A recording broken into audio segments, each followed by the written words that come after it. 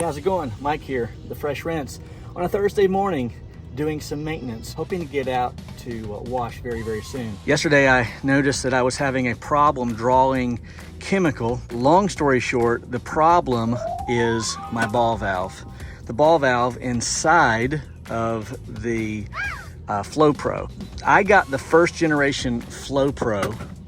If you were to order a Flow Pro now, you'd get second, third generation, whatever that it is. A little easier to take apart. My Flow Pro required me, unfortunately, to drill completely through and break this bolt. Let me see if I can find it. Look at this. Yeah. Because it was seized, you have to take this cover off. Where's it at? Don't go anywhere. Here it is. You have to take this cover off, and it was broke all up in there. I'm hoping that 3 bolts work. If not, I'll call Judd West from Flow Pro and I'll order a backup module here or housing, whatever this is. I do have a new ball valve. I'm going to install that and we're going to strike it up and see if it works. So the problem was this. The problem was the ball valve would not close all the way. You can see even with my hand, you shouldn't be able to do this, but I can turn this and just keep turning it. Again, you shouldn't be able to do this with your, see how I can just keep turning that. When I would switch it to soap, it would turn just fine, but it wouldn't actually turn on the inside. So the module for the Flow Pro was working just fine. The ball valve is not. So I now have a backup ball valve. Just have to take the handle off and then slip it back in there. We're gonna see if it works. Don't go anywhere. All right, so the handle has been removed. By the way, if you need to take the handle off of a DN10, it's a number 17 socket. So we removed the handle. This mechanism goes right back over top and fits snugly, just like so. If you're wondering how this works, this will attach to this, fit into this groove. And then when you hit the button,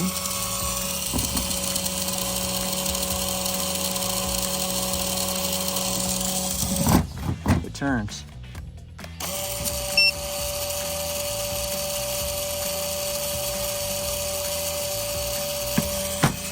That is a very strong actuator. Turns the ball valve open to close, so when it's open, water from your buffer tank or from your machine is flowing immediately through the DN10 valve, allowing you to rinse.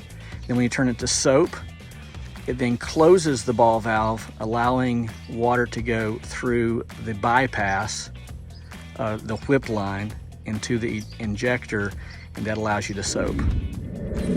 So just for a little education, on the inside of the Flow Pro box is the number 3 Hex wrench, Allen wrench. If you ever get out in the field and you need to take it apart, then you have that hex key on the inside. I keep one in the box with me, an extra. Okay, we have the Flow Pro set into, of course, the rinse position. We're going to start the machine.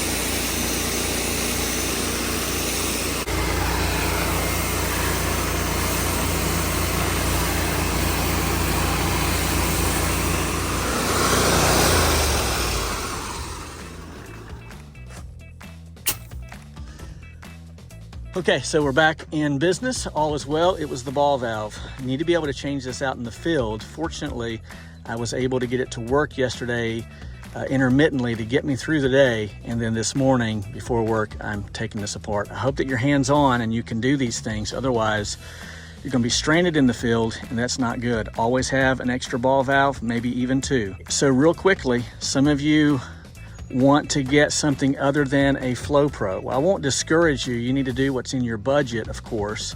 But when you can afford to get a Flow Pro, upgrade to the Flow Pro. And here's why. If you are, I don't know, pulling the drop stick right? If you're just pulling a drop stick, pulling the hose, and you're not bypassing the DN10 valve, then when in rinse mode, you're rinsing through that tiny little hole.